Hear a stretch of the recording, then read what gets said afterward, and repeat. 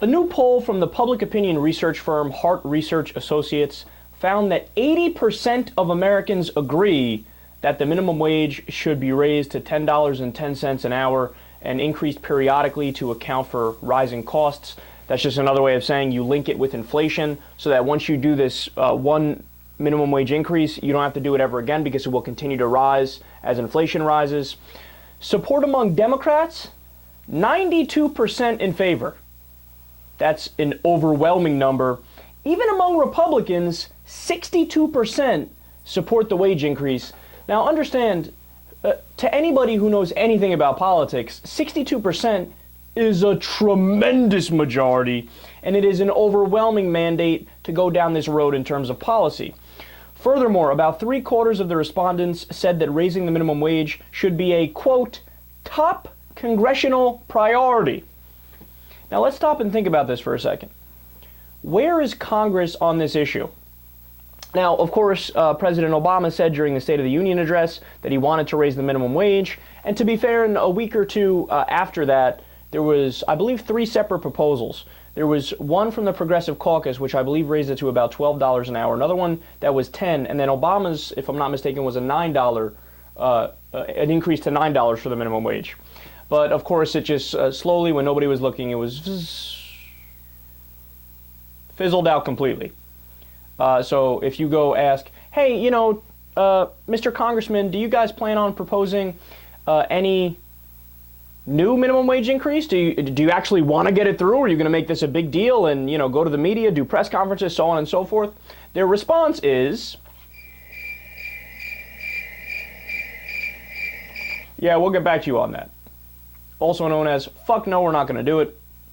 So when you look at politics in the U.S., this issue and the background check issue for gun sales, these are the 2 strongest pieces of evidence imaginable that prove that Congress simply doesn't care about what you think. Now, understand, we are a constitutional republic and a representative democracy. So what that means is if it's not a constitutional issue we're talking about, the policy is supposed to be the will of the majority. That's kind of the whole idea of a representative democracy. But instead of looking at the polls and legislating based off of that, what do the politicians legislate based off of? Who gives them money? Have you ever stopped to think, well, wait a second, 91% of the American people were in favor of a universal background check bill. We couldn't even get a watered-down background check bill passed, the Manchin-Toomey bill, right? Why is that? If 91% of the American people want it, what, our representatives just put their middle fingers up to us and said, no, sorry, we don't care about what you think. But that's actually what happened. And the reason why that happened is because, of course, the NRA funds so many of the politicians, and the NRA itself is funded by the gun manufacturers. So in a way, the gun manufacturers are funding the politicians and telling them how to set policy. So the people who have the biggest conflict of interest, because any gun bill would cut into their profits, they are the ones setting the policy. The last people who should be setting the policy are setting the policy. Now, when it comes to the minimum wage increase, again, it's overwhelming. They should have passed it the day before yesterday. But the problem is, who's Congress listening to? The big corporations, the big businesses, and the rich people that fund their campaigns. 93% of the time, the person that raises the most money ends up winning the race. So what do you have to do? Who can sell out better? That's basically the way it works. And if you take money from all these big corporations, well then when you're in office, you're supposed to, I scratch your back, you scratch mine. You're supposed to repay the favor because they gave you all that money. So what are you going to do? Oh, don't worry, I got you. I'll pretend like I'm going to raise the minimum wage, but I won't do it. Because it allows them to add to their profits and continue to suppress their workers. Look, it's incredibly nefarious.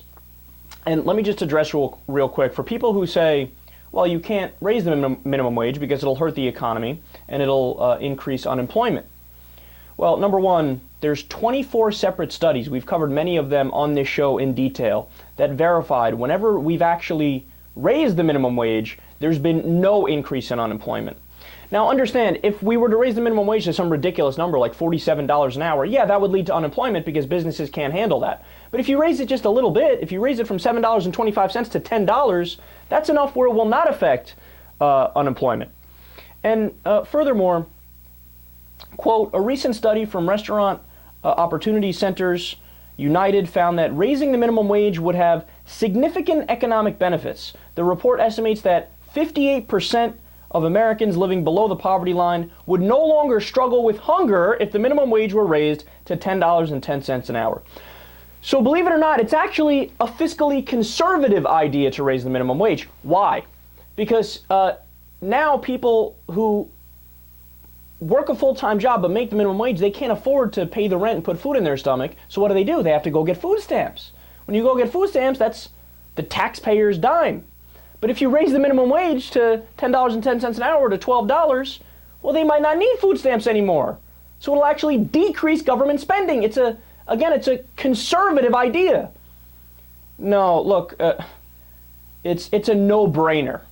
But unfortunately, chances are our politicians will continue to be asleep at the wheel.